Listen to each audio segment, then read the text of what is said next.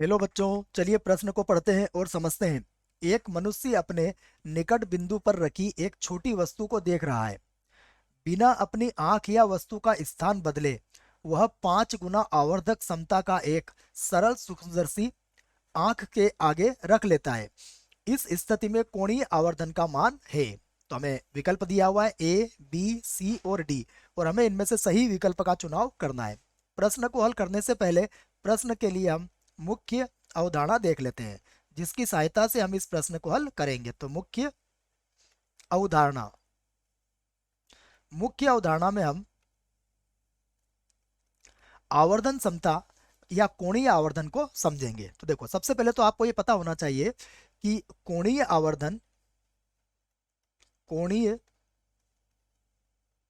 आवर्धन, जैसा कि प्रश्न में लिखा हुआ है, आवर्धन,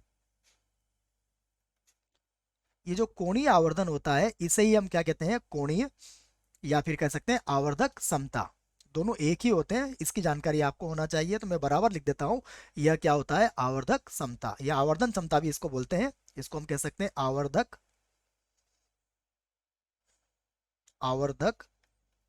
समता या आवर्धन समता भी कहा जा सकता है।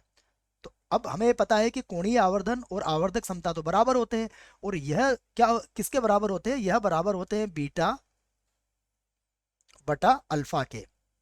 अब यहाँ पर बीटा क्या होता है वो भी समझ लें आप। बीटा जो होता है अंतिम प्रतिबिंब द्वारा आंख पर बना कोण होता है, और अल्फा क्या होता है ये भी समझ लें, स्पष्ट दृष्टि की न्यूनतम दूरी पर रखी वस्तु द्वारा आंख पर बना कोण होता है। ये तो ये उसी का अनुपात होता है जिसे हम कहते हैं कोणीय आवर्धन। अब आप प्रश्न को समझिएगा कि प्रश्न में क्या कहा गया है।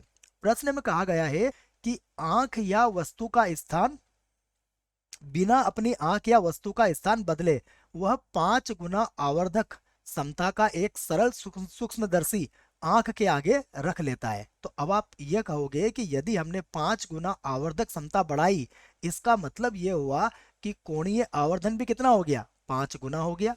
तो हमारा इस प्रश्न के लिए जो सही विकल्प होगा वो होगा विकल्प ए। क्या विकल्प है इसका, 5। ठीक है बच्चों, आशा करता हूं आपको इस प्रश्न का उत्तर समझ में आया होगा। धन्यवाद।